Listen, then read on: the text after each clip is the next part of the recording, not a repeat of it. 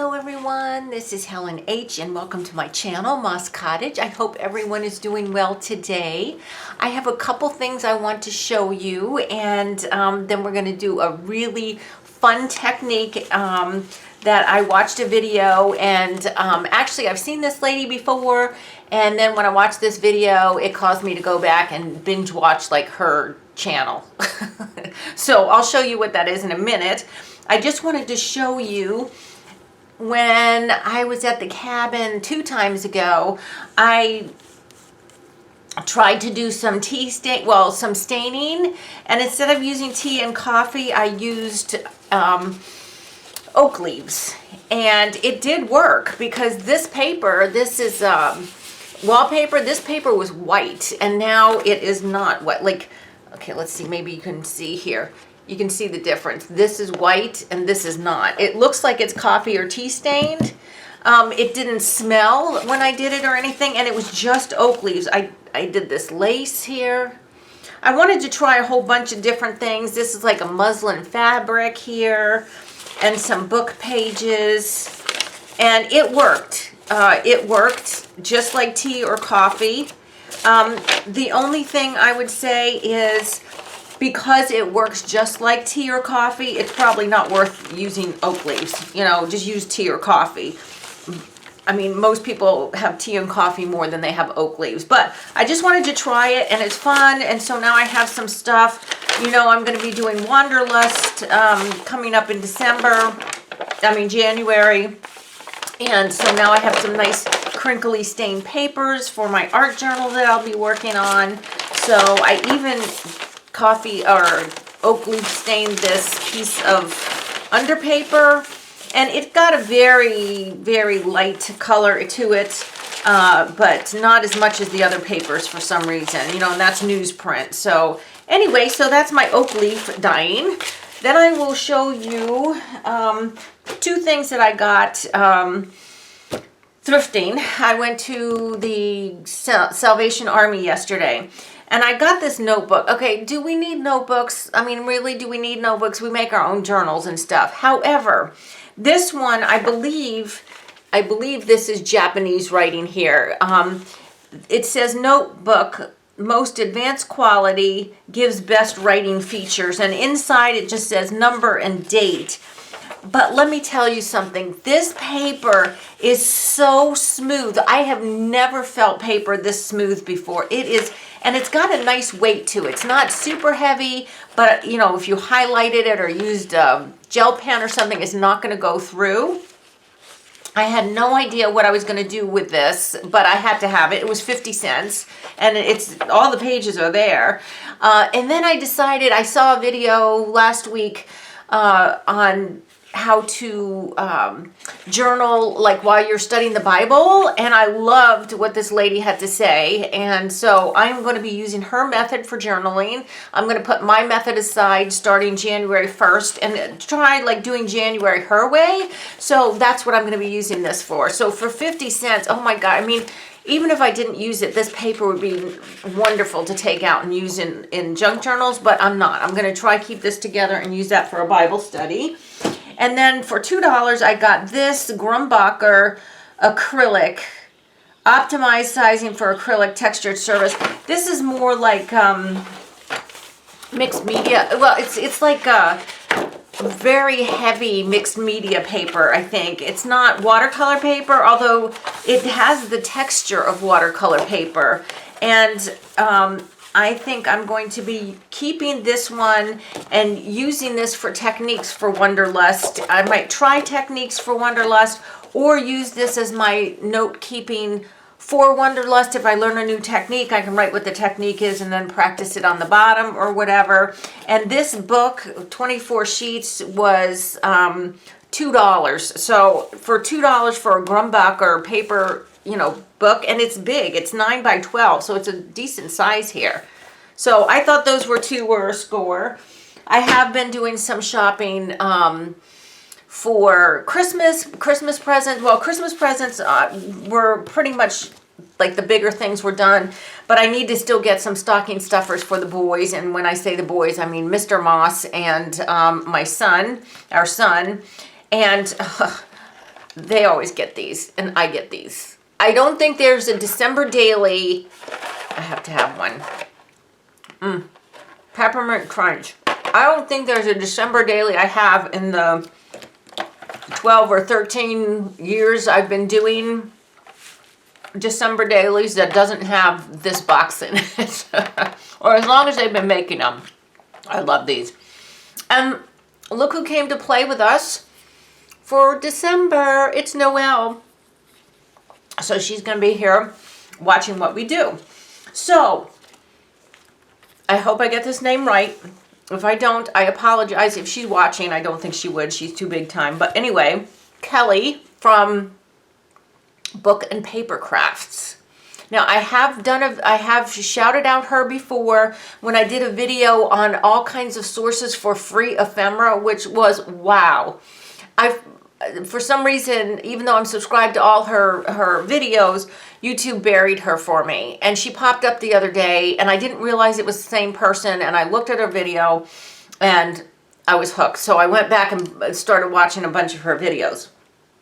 The one I watched that we're going to do today, super easy but very effective, is one where she distresses paper. Now, these papers here I've already distressed, and it's super simple, but I don't know if the camera's going to show you how wonderful these are. These were all super bright colors, and probably these were from a catalog for clothing, Johnny Says or something like that. I don't remember. This was from a Real Simple magazine, and let's see here. I've got different things here. These deer were from a book on North American wildlife, and I'm gonna try hold it up close. Can you see how they look now? This is how they looked. Like, these are the colors that are in the book, okay? And look at them now. They're so much more muted and oldie and scratchy, and I love it. This was just some cutoffs from the page of Real Simple. They were bright pink, probably like that color, and now they look like that. There's barely a pattern on there, but here's another one right here. These are just scraps from, this was from a quilt book. This was very bright, and I don't, that one I don't think I used a stencil. This one I did here. These are also from a quilt magazine, and they were, you know, bright, shiny pages, and now they're like old, crusty pages. This is one of my favorites. I hated the way that quilt looked. No offense to the person who made the quilt. It just, I didn't like it. Now this is like one of my favorite pieces. I love this. And I'm going to be using all of these as fodder in my journals. And then this one I think came from a, see the brightness? This is the magazine, like what the magazine looked like, the colors. And this is what you get when you age them. And this was from, I think, the Country Sampler magazine. One of the ads in that. And then this one I absolutely love. You can see the stencil underneath. You can see the honeycomb for the stencil underneath. All right, well, I'm going to show you the basic way to do this. Super simple. I mean, come on, guys. Anyone can do this. And we'll use a variety of different papers so that we can see. Some of these I haven't done before, so I'm not sure how they're going to translate or, you know, what's going to become from them. But they all have different textures. This little girl is from a book magazine. Well, it's a doll. It's a book magazine, a doll book. And her sister actually is in one of my prayer journals, but I didn't do anything to her sister. What I'm going to do is I'm just going to go ahead and tear her off because we just need this part. This other part we don't need. Then this is from a book that had stitching about embroidery. You can see the little flower basket, I hope. This is from this is from a book that, it's a coloring book, and it shows you like the original piece of art, and then like the next page that was here was just the outline so you could color them themselves. But look at that. Isn't that beautiful? We're going to age that. This one came from an old book about flowers, and it's got a very matte kind of texture. And then this one right here, let me go ahead and just tear this. This Prairie Flowers one right here, this came from a Southern Exposure or Seed Savers, either Southern Exposure or Seed Savers 2025 catalog. And I'm keeping the catalog so I can order, but I don't grow prairie flowers, so I don't need that particular page. So all you need, guys, two things. Well, okay, 2 or 3 things. You must have some kind of sandpaper. Now this is a sanding block, and this is just a piece of sandpaper. This is 150 grit, okay? And this sanding block, I don't know. So you need a sanding block or sandpaper, something to scruff up the surface. Then you're going to need some coffee to stain. And then if you want to do the technique like this one here, you'll need a stencil. And I didn't even think about getting a stencil, and my stencils are over there. So I'll just tell you how to do that when you know, all we're going to do is actually scratch the surface and then stain them. So it is really that easy. So I'm just going to move Noelle up here so she doesn't get dirty. I'm going to try the sanding block. When I did the ones I showed you, I actually used a piece of sandpaper because I was up at the cabin and I didn't have a sanding block up there.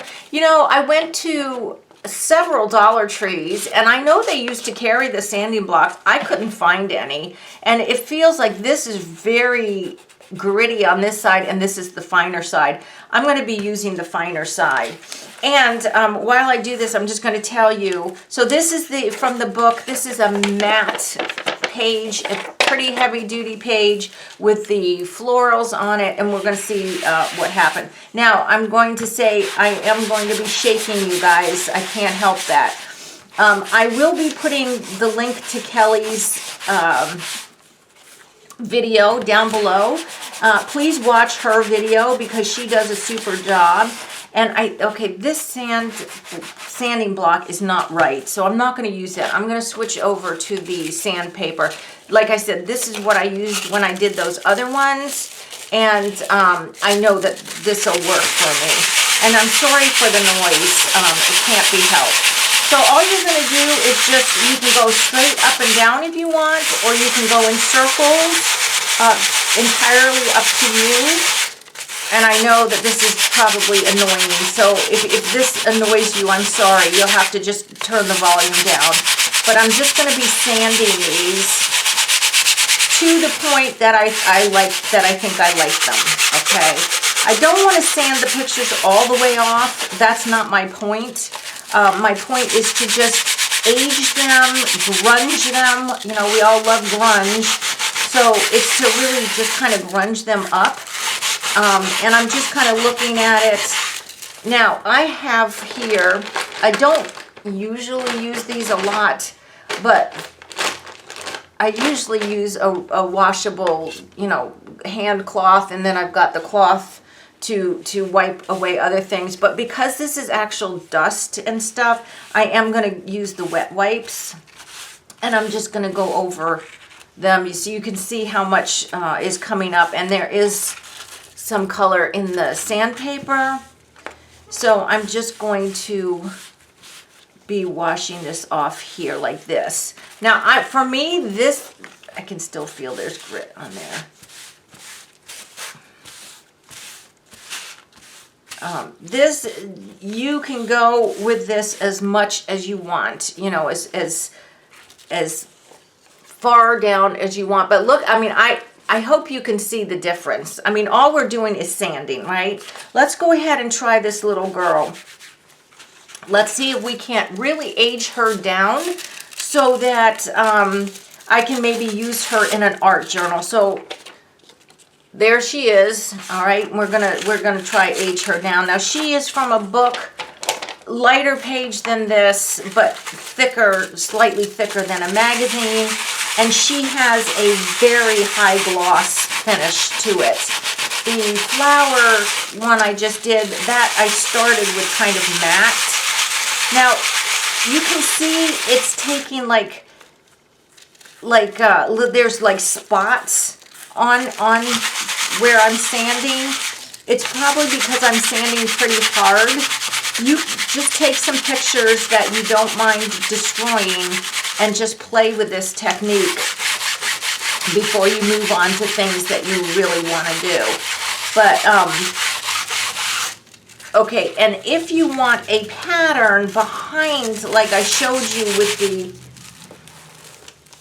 this one here, where we have the honeycomb pattern, all I did was laid a stencil underneath before I started to sand, okay? And here's the thing though, you want to use a stencil that has really open areas in it, because this sandpaper, or certainly a sanding block, is not going to get through tiny little areas, if that makes sense. Like if you've got a tiny pattern on your stencil, it will be much, much harder to get the pattern to actually come through. So this paper really wants to make these spots, and that's okay, because like I said, I really want to dull her down so I can use her in a grungy art journal page, and it's working. I can tell you that. It is working. I mean, you remember what she looked like before. So now I'm just going to go take this paper, or the wipe, and wipe it off.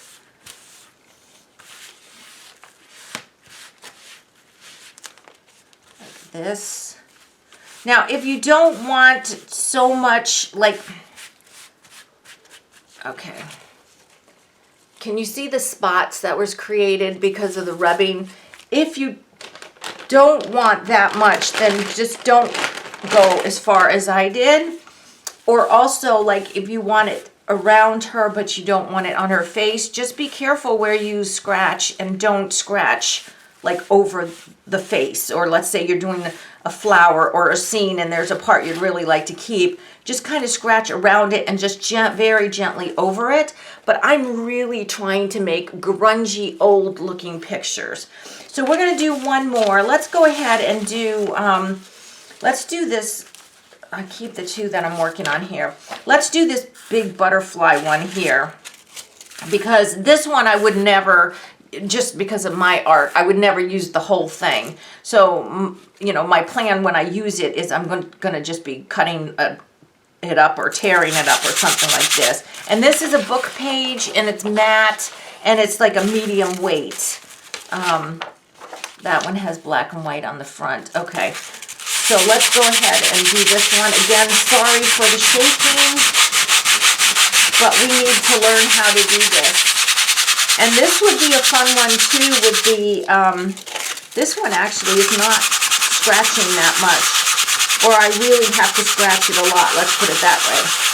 So maybe I'll just do a part of it and leave a part of it for now so you can see the difference when we get done. But, I forgot what I was going to say. Well, that's typical, right? Anyway, I just love this technique. Oh, and if you watch Kelly's videos, she also goes on about how to use these. She's got separate videos on how to actually use these papers and how you can take them further to use them in an art journal, besides just the sanding or, let me try this real gritty thing and see if this works here. This paper is really good. I mean, this print is very good. It's not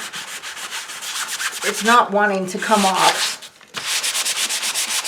But it is certainly getting dulled down, because this orange is much, well, I mean, it would have been brighter anyway, but I can tell anyway, sitting here. Just you don't have to buy anything. Just scrounge around, get your sandpaper. Most households have basic sandpaper. You may not have a sanding block, but like I said, I'm finding the sanding block isn't that helpful anyway. I prefer just to get a sheet of sandpaper. But that's another thing. I was looking for the packages of sandpaper or a sanding block at Dollar Tree, and I couldn't find it. I couldn't find it at all. And I'm like, well, that's weird. So they're not getting everything that they used to have. Because there was a lady in the aisle, and she was looking for, what was she looking for? Oh, utility knife. You know, just a box cutter, utility knife. They didn't have any. None at all. And I thought that was kind of weird.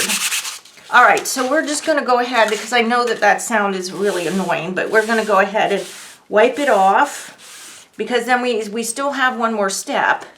And this is just, like I said, the basic way. You can do it over a stencil if you want, and then watch Kelly's videos of how she uses these things, or how she takes them a step further, because it's really amazing. Very, very amazing. Okay, so there we go. So just like that. And I'm just going to take 1 second to clear this, because this has got grit on it. And I'm going to have to take that into the kitchen and clean it off. So we'll just, it does get grit everywhere. At the cabin, I actually used a big piece of underpaper like this. And just folded it all up and threw it in the trash when I was finished. So you might want to do that. If you, newspaper, whatever you've got, just put it under, do all the sanding, wiping and everything, and then just toss it in the trash, or, you know, fold it up on itself so it doesn't get all over. You know what? I need another one of these. Right, Noel? Okay. All right, so last step for this basic instruction. Oh my gosh, I just love these already. I really do. Whoops. Is the coffee. We need to go over them with coffee. Now, this coffee I'm using here is old. Really old. I don't even know how old it is. But it's Pampa decaf, which I got at, I think, Dollar Tree eons ago. And somehow water got into, or humidity got into the jar. And what was left had solidified, like, together. It had gotten really hard together. You can't even see this. Hold on. What I'm doing is I'm painting the doll here. It had solidified together into a hard clump. And I couldn't even spoon it out. It was so hard. I mean, really. So I just filled it with water, shook it up, and put it in my fridge. But it has been in there forever and a day. But it's a nice colored coffee stain now. So here's this one. Oh my gosh. You know, so this is what Kelly says. And when you take the surface off, it allows the paper fibers to absorb the stain. So the stain is actually getting into the paper, whereas certainly like some of these, like this book, this one here, because that was that shiny surface, if we hadn't done the scratching before, it would just bead up. You know how the water would just bead up. So it's actually going into the papers now. And this one, you can't tell, but it does feel different. And it looks different. So I'm so excited about this. I'm going to be doing a whole bunch of these papers. This is the kind of thing where you go where you've got a big amount of room to work, your work desk or your dining room table, or where you would gel print, right? Where you get all that. I have to go use my dining room table because I need a ton of room for that. But then just get a whole bunch of these papers and do this. And of course, the staining, you don't have to use coffee or tea. You know, if you want to water down some colored ink or something, you could do that. Now, I'm just going to give them a quick little dry here so we can see the finished product. But I just love, love, love this technique. And any of your books that you have, your reference books that you use for collage, fodder, your art journals or whatever, you can do this too. You can do this technique too. I mean, this is just a color book, but it's going to be so pretty. I just have to remember to go back and do the butterfly at the top when I'm finished this video. But since it's a simple technique, you don't need me to be here all hours. Plus, like I said, I am putting Kelly's link below, so watch her channel, watch her video. And then go look at the rest of the videos of it where she has different things you can do. She paints around these things, like she'll use a page like this and then paint like dark blue all around the butterflies or flowers or, you know, whatever she's doing. It's just, it looks so wonderful. Okay, so I think that's good. All right, that's all we're gonna do because it's super simple technique, but guys, I am so excited about this. So look how she is. You know, and if you wanted to stain her even more, I mean, she would be so neat in a art journal, right? Could you imagine painting like black around her or dark blue or Payne's gray around her? And then this one, which was that brighter blue with the embroidery. And then, of course, these butterflies here.